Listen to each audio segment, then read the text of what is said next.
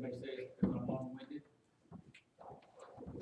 But Haggai is one of those prophets that had a small message, or small few words in a large message.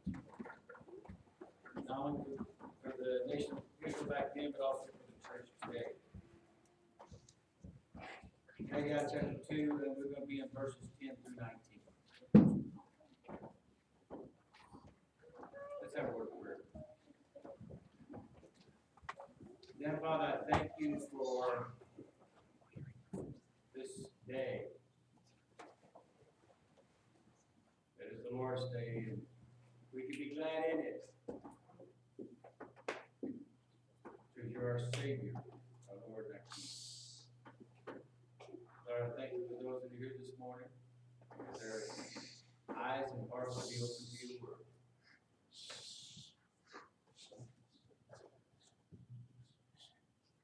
And that the Spirit will keep us to say not my words, but what you have to say this morning to this Bible.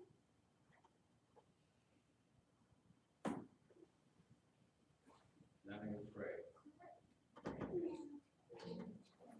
We've been in Haggai. We first talked about the first part of this. We talked about priorities. The second sermon, the second two we had, talking about disappointments and discouragement. And basically, the whole book of Haggai talks about priorities. What are your priorities? And that's what Haggai talks to the nation of Israel.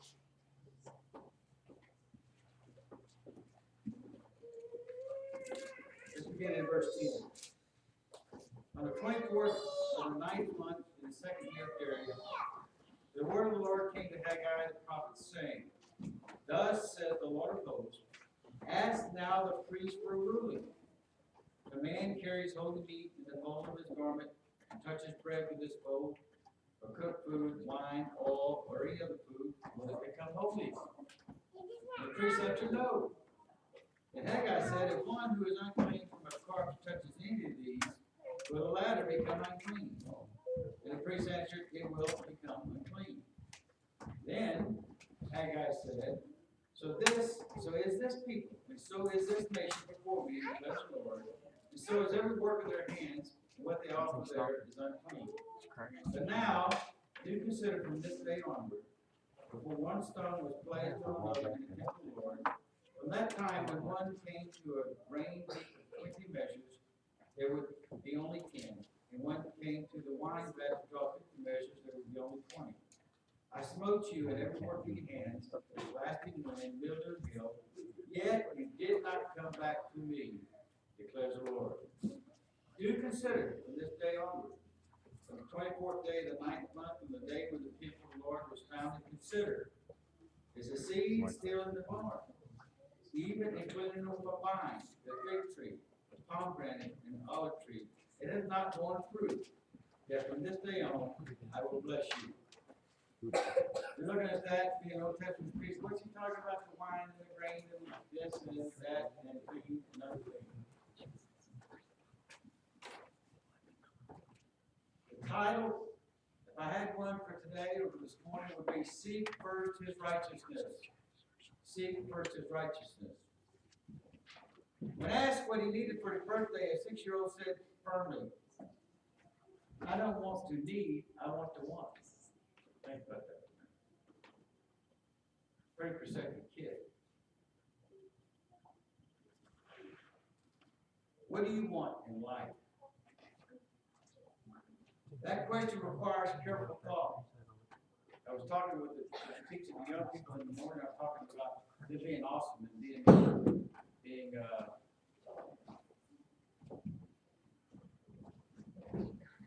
somebody. I'm talking about being created by God. And I asked him, I said, if someone could walk up to you and ask you, who are you or who am I? What would they answer? What do you want in life? How many of you have heard the story of King Midas? How many heard of King Midas? Especially some of us a few years. King Midas, who was granted his ultimate wish that everything he touched, return to gold. Shows us how easy it is to want the wrong things. He found out and discovered pretty quickly that you can't eat gold and you can't relate to gold people. Think about that. You touch food, it turns to what? Gold. Hug someone and they turn to what? Gold.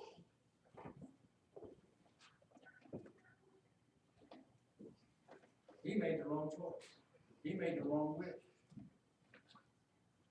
What I want, and hope that's the same thing you want this morning, is God's blessing. When you've got God's blessing, you've got it all. Think about that, man. When you've got God's blessing, you've got it all. You may be rich, you may be poor. You may be healthy, you may be ill. You may live in a mansion or in a cave. That's getting way down there. Right, Bush? We know where your cave's at, right? But if you know that God is blessing your life, you've got something that the world can't give or take away. You know what that statement reminds me of? How many have been following what's been happening to Christians over in Egypt? No. And I've been reading up on that, and they lined them up and asked them one question. Will you denounce Jesus Christ and follow Islam's faith?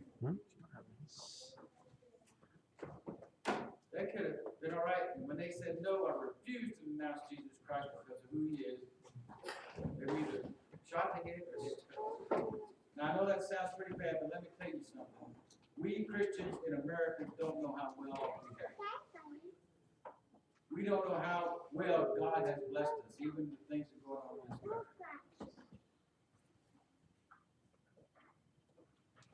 The prophet Haggai, in this third message, this is a series of 4 messages of prophecies that Haggai gave over about a year and a half. We talked about this, about the remnant being called back to Jerusalem from Babylon with the Persian Empire. Out of a small remnant, those that were brave enough to go back.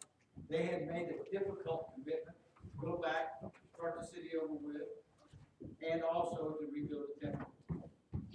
They knew they would be facing difficulties. They knew all these things. We see that in the first part of Haggai. When they get back to Jerusalem, they started rebuilding off, and they began to rebuild the temple. We talked about a couple weeks ago that it stopped. They got discouraged. They had people criticize it from the outside. They had people criticize it from the inside. We get that from the church too. But then they decided to get busy with their own business, building up their own houses, building up their own businesses, doing things because they were concerned about I, me, comes first. They put themselves first. Their activities came first. Things going on in their house came first. Things going on in their job came first. Their entertainment came first. And there's nothing wrong with all these things. But God says, I'm going to be first. And what? All these other things will be what? Added unto you.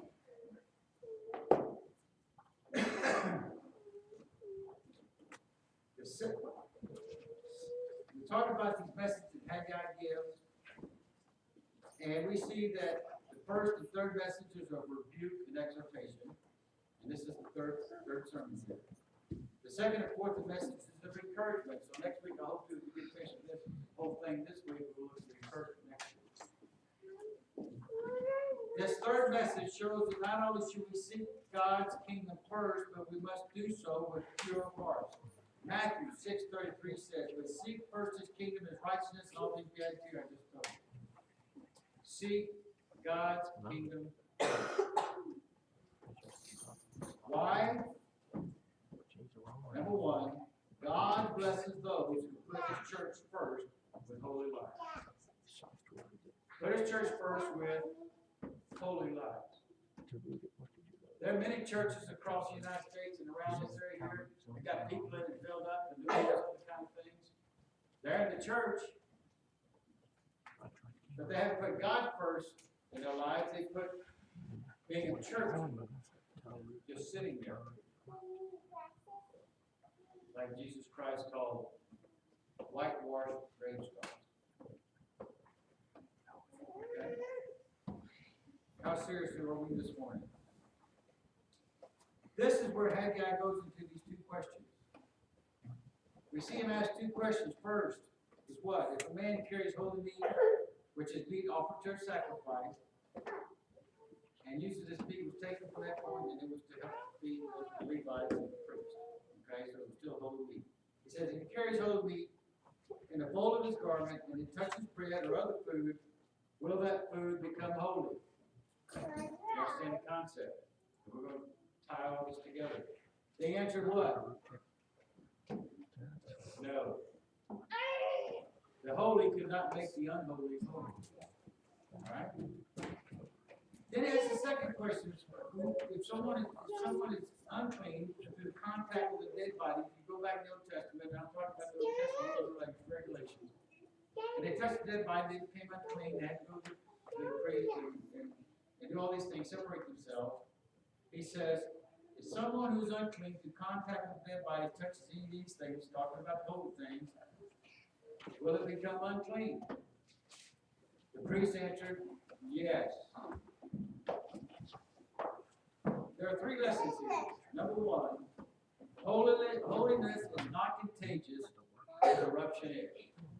Holiness is not contagious, corruption is. It's like health and disease.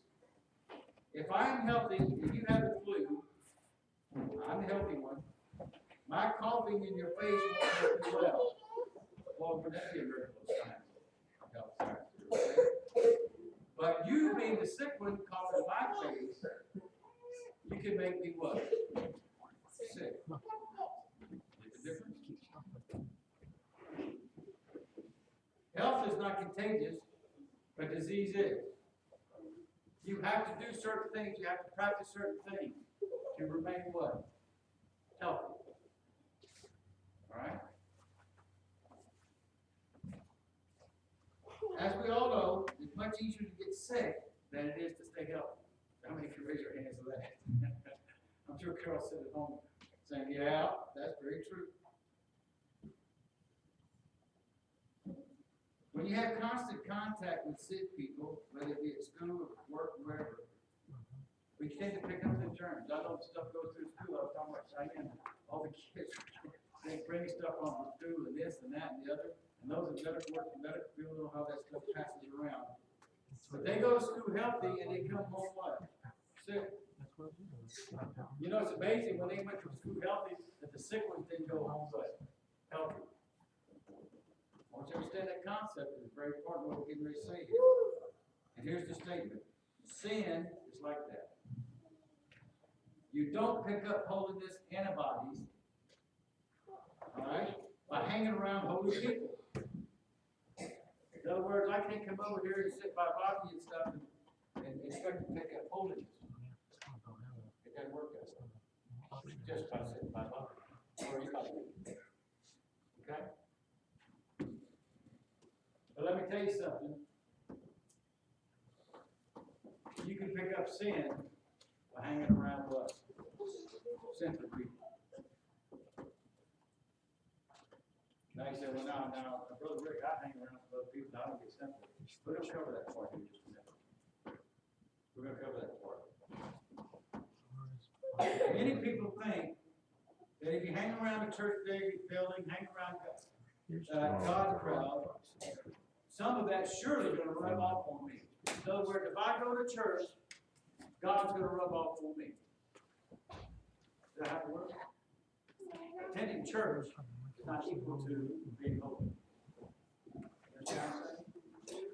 Holiness is the what? Lack of. Now I'm talking about, we all know we fall short sometimes of sin in the flesh, but I'm talking about perceptive. Use some water, can you?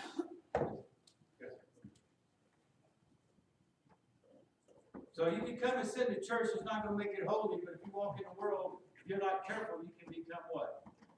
Sinful. And this is what Haggai is talking about. He's pointing to these people that started this temple, finished this temple, come to the altar, and God was pleased with the building. But he had one more problem with them, and this is what he's going to talk to them about. And it's the same word for this church. Now, you saying, well, Rick, we walk around the world all the time. We're out there in the grocery store, we're here, we're there, we hear all this wild stuff going on. And I'm not suggesting that you check yourself into a monastery to avoid contact with the world. That don't work either. Okay? But I'm saying two things. First, you won't catch godliness by joining a godly group of people. Joining the church does not save you. You must personally get right with God by repenting of your sins and trusting in Jesus Christ, and you must walk in personal holiness before Him. Hanging out with godly people will definitely help you to walk with God, but you won't catch holiness by osmosis. Just by rubbing shoulders with someone in the church. Second, you should view your contacts with the world, whether it's worldly people or exposure to worldly ideas, as a doctor views his patients. Okay? Think of the doctor views his patients. There's a very real danger of infection, so you must exercise proper caution and keep your objectives in mind. The doctor's always saying, take precautions, use that antibacterial stuff, do this, do that, don't call people crazy, blah, blah, blah, blah. Okay? All these preventative things. You're not in the world to comport with sinners. You're there to snatch them from the fire. Jude, verse 3 says, hating even a garment polluted by the flesh. And I'm not talking about hating the person, I'm talking about hating the sin. All right, there's a difference. God, Jesus Christ showed the example. He loves sinners who doesn't what? Like sin. And especially sin in the church, in the Bible. You must be careful, or you will be contaminated by the infection of sin. Paul says, be careful lest you what? Stumble and go their direction. Okay? Doctors say, when they look you over and check you out, it says, you need to be careful not to do this or hang around here or do that or whatever. Okay? They always got a list of things that do's and don'ts to try to keep you healthy. How do you keep healthy? From a sin life. First, you must repent of your sin. Second, you must ask Jesus Christ. Touching shoulders with someone don't make you holy. Touching shoulders with someone does not save you.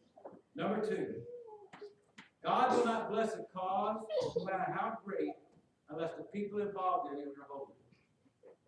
The people that built that temple, that altar, but God was not happy. Why? Not for the fact that it wasn't a good enough temple and altar, but the fact that they were not living holy lives. The temple in the Old Testament were where God house was, and where God communicated with his people. God cannot communicate with his people. We cannot communicate with him. That great God. Okay? Until we're washed in the blood. Sacrifices for sin would be offered there. The various feasts and celebrations took place there. These people were offering sacrifices and going through the prescribed rituals, but their hearts were not right before God. How many of us go through the ritual, come to church, participate in singing, participate in the Sunday school class, participate in all these other activities, and all there are what? Activities.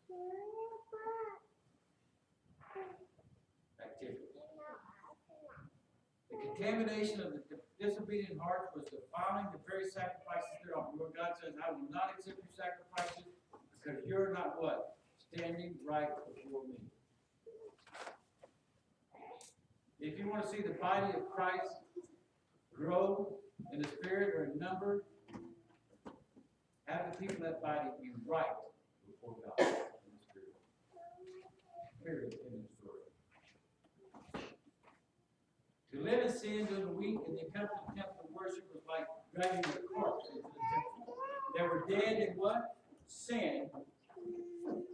And just like our church today, we're often dead in sin, we need to be what? Lives in Christ. And this is what Haggai's talking about. God does not accept your labor if it's not in the right attitude of heart. In our day, the church is the greatest cause in the world. Jesus said, I will build my church. Christ loved the church and gave himself for her. Ephesians 5:25. The church, the people, not the building. There's a difference. When I say the church, I'm talking about the born again people, not the building. Is God's temple. We're God's temple here. Right here. God lives in us. We are the temple. He dwells and makes himself known on earth today. That's Ephesians chapter 2, verses 21 and 22. But Haggai's word to us is this. You can be involved in the local church. You can be busy doing this, teaching a class, cutting grass, whatever it may be, giving money. You can even be on the staff of the church. But if your heart is not clean before God, you're defiling everything you touch. And it's not accepted right now. You can't say one thing and do another. It's called hypocrite. It's called hypocrite. As we all know, there are professing Christians who build multi-million-dollar ministries, and I'm not sure all the TV evangelists do. We're on TV and in national news, have thousands flocking to them speak. Sometimes they sell millions of copies of their books on how to have God's blessing in your life. And I'm talking about wealth, health ministries. All right? But if you're not broken and contrite of heart, if they're not striving against sin and for holiness on the heart level, then they are just slick showmen who happen to be in the church business. God's not truly blessing them. We need to be in God's business, not into the church business. God's business is for us to be reflections of him, to be images of him, to be a witness for him. Let me tell you something. If we're truly born again, and we're preaching and teaching God's word, and if we're loving our neighbor, what? As ourselves, the body is being built from that point. You have to have a humble heart. You have to have a holy heart. Number 3.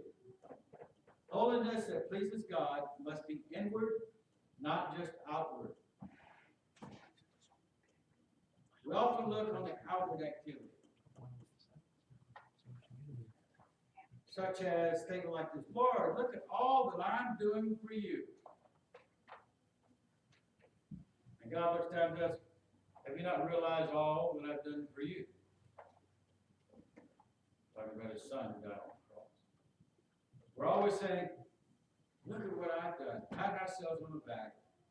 Do we do what we do from the hearts that are clean, walking in the faith of Christ? Do we abstain from evil when no one else is looking except God? That's the true test. That's the true test. Not enough to build this temple. We must build from hearts that please him who knows our thought. Whoa. You can't escape from God. He's a mind reader. He knows what the evil thoughts are you thinking here. So I really hate that guy. Now you don't say it, you don't do anything, but God knows your thoughts. Okay? He knows your thoughts.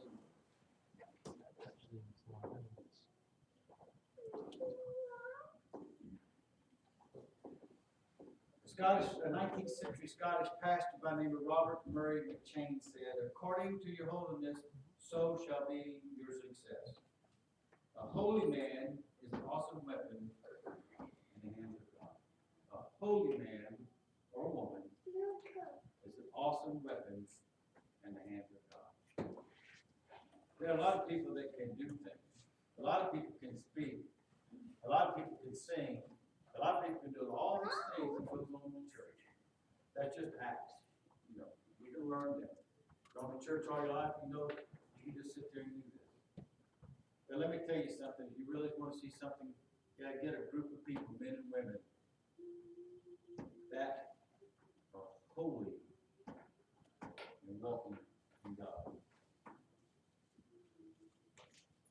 The second part of this, after Haggai told him and said, hey, you have unclean hearts, you have unclean hands, God is not looking at you, not accepting your sacrificial sacrifices. The second part of this says, God will grant blessing when we put his house first.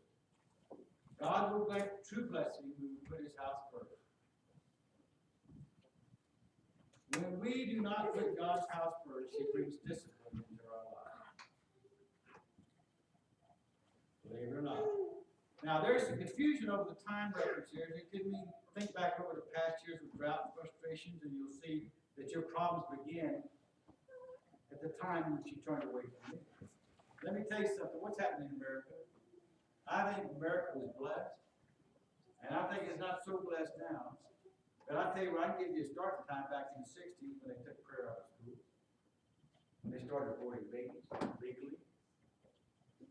On and on and on and on. When you start having a lot of single parent homes, when you start having, let's see if I can say this correctly, when you start having a lot of mothers work outside the home because out of necessity more than anything else. But all this started back in that time. And so you see the deterioration of society, you see the deterioration of the power of the church, the power of Christ. Okay? Because everybody wants to be according to the societal norm. Now someone tells, oh, Rick, you need to get with things. That's what society is. No, you got to get with things because God already had a plan. We just don't follow it. God's discipline is not pleasant, but it could be a blessing. Hebrews 12, 1 through 11 tells us because it is a mark of his love towards us as his children. Those who lack God's discipline are not his true children. If you're not being disciplined, you're not God's children. A parent, a father and mother discipline their child because they love them, not because they hate them or mad at them. Discipline keeps us on the right path. At other times, the discipline is not directly related to any specific sin, but it is to bring us to spiritual maturity. Think about that. We're walking in the Spirit. We're not quite growing yet, and God's going to put something in our life to make us wake up and take another step forward. Something's going to happen to make us take another step forward. I kind of think of a cattle prod. You know what that is, Tommy? Cattle prod. Sometimes the cows don't want to move. You do what? Bip, moves the button, right foot, bip. Sometimes you jump over the fence, depending on what you around it, you know. But that cow or bull has to be prodded along and take another few steps. And let me tell you something. You have to shock that bovine to get us to do whatever we want to do. God has to sometimes shock us to step up to another spiritual level. Because sometimes we go, well, God, I like it pretty comfortable right where I'm at. I know enough Bible. I pray every day. I go to church once a week. And that's what God does. He actually walks in the Spirit. And he works with every person differently. And sometimes he has to get all the cattle prod out there. That little discipline, takes a little bit, make you jump up and down. So you can walk in the Spirit. In case of the Jews here, we talked about in Haggai, the frustrations and hardships they experienced were due to their neglect, whether deliberate or inadvertent, of God's house. They slipped into their own priorities, put in their own pleasure, and comfort ahead of God's kingdom. God's in his discipline to get them to stop instead of make their priority. Let me tell you something. We've got too many things in this world today distracts us. Even our own family affairs, they go on, take away from what we're supposed to be doing. We put that first. I found out to put God first, all these other things you take care of, include those plans that you make. We have too much to entertain us. We have too much to distract us. Well, we find something else to do. Job takes you off course. You get wrapped up in that. And this is what God's saying. You have not put me first. Next. When we do put God's house first, or when we put God first, he truly blesses us. The people had begun to obey, according to the scripture, about 3 months earlier, the before Haggai was speaking. And they did not see any results. In other words, well, we're working hard, we're doing this, we're really into the word, we're really praying. I said, well, I don't see any good results. Heck with this, that's 3 months, I'd rather do something else. It ain't working. It ain't working. Yes, we talked about that last week, about discouragement. But in Haggai chapter 2, verse 19, it says, from this day on I will bless you. What God's saying is, have you ever thought about all these things that you've been going through and what the problem is? God's saying, well, from this day forward, if you change your attitude, if you change your focus, if you do the things according to my word, there will be blessings. Now, are you going to have all those blessings here on earth?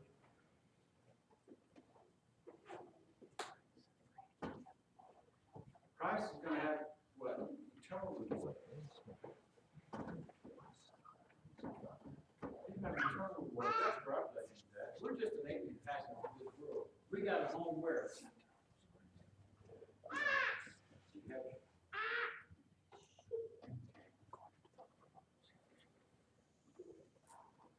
We see the same in Leviticus 26. God spells out for Israel the blessings He would bring on them if they obeyed Him, as well as the curses that would come if they disobeyed. If they disobeyed, God promised that 5 Israelites would chase 100 enemies, 100 would chase 1,000. We go back in the Old Testament and see all these things that God did. Miraculous. We also see the same miracle. Jesus Christ fed what? The 5,000 or plus. With what? Fish, few little fish, a couple little fish, right? Kind of hard, didn't he, Butch? But he did with stuff left over. Because it was Jesus Christ was naturally following in his Father's footsteps in obedience. Now, when we scheme how to build God's church by using the latest slick methods or how to raise money for God's work behind professional fundraisers, I've been through both of those. Some bigger churches in Springfield. We're operating outside the spirit of God's blessing. Think about that. If we look every other direction except for God's guidance and how we build God's body, we're working outside what God's word says. And I'm not saying there should be some kind of plan to sit down and leadership about. But let me tell you something. There's 3 things that you can do. When we simply obey God, number 1. Number 2, honor His word. Depend on Him in prayer, preach the truth in gospel, and the results are far beyond any human explanation. Those 3 things. Right? Obey, honor, pray, and preach. That's 4 things. That's right.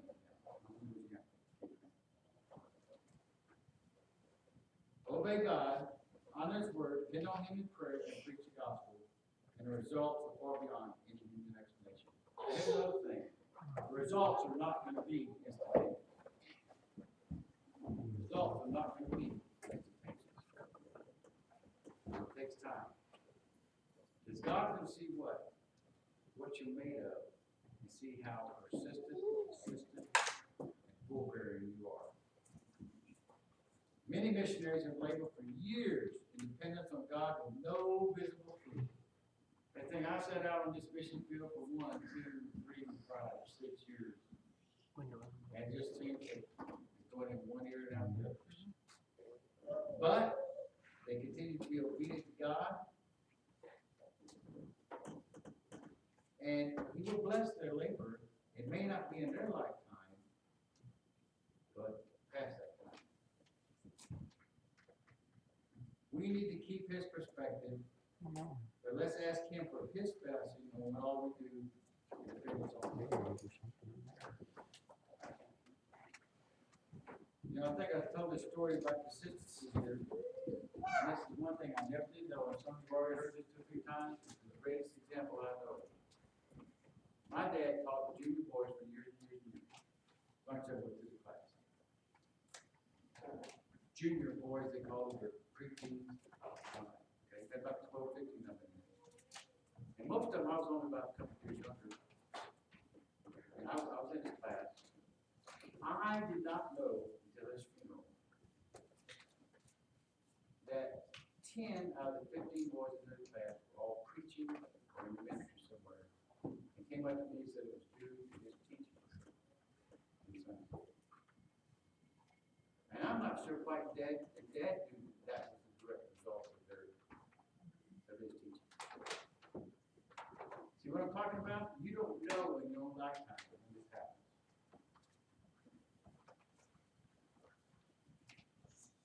True blessing does not mean that God removes our problems, but rather He grants His presence in our problems and His promises for eternity. It doesn't necessarily mean that when we have a problem, that God's going to remove that problem. We can ask Him to remove it, right? But He can give us peace. He can give us courage through what? Sometimes we have to ride out the storm as what? In His peace. Okay? And that's what we need to remember. In conclusion, several questions here. Do you spend regular time alone before God in word and prayer? Number one. Number two, do you immediately confess any known sin and turn from it to genuine repentance? Number three, do I build into my life protection and accountability in order not to make any provisions and sins and anything like this? In other words, do you have some safeguards? Do you have the spiritual doctor there to tell you this is what you should do? This is how it's going to affect you. Do I memorize and meditate on scripture that keep me from temptation? I have the young people memorize verses on Sunday morning and Sunday school. I keep adding on to them every Sunday, so I want to see how many people do the same. And I am completely faithful in my closest relationship. Are you faithful in your closest relationship? Nonetheless, do I truly want God's blessing on my life and my family and the ministry that you have with God? And that ministry may be as simple as cutting grass. The ministry may be as simple as waking people up.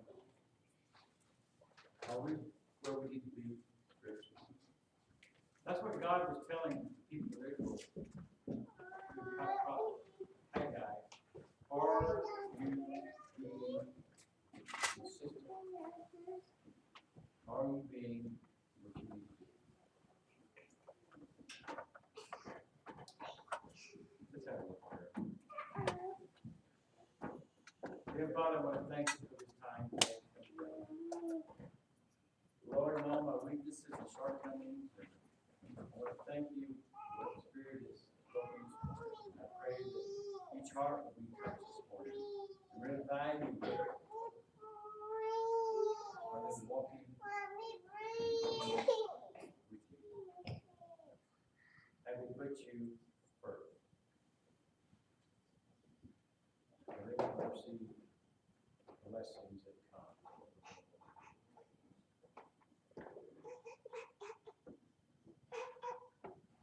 Just be with this body as we did this morning.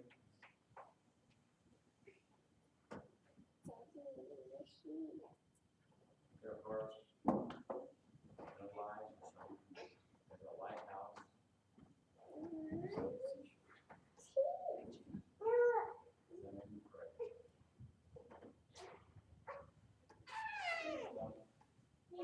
Closing, we're going to sing hymn number 564. And then this morning I was remiss. I had asked Butch to do a poem for us this week. Are you still okay to do that for us today? And we're going to have Butch lead us out with one of his poems. But let's go ahead and sing 564. We are so blessed. And then you're really going to be blessed after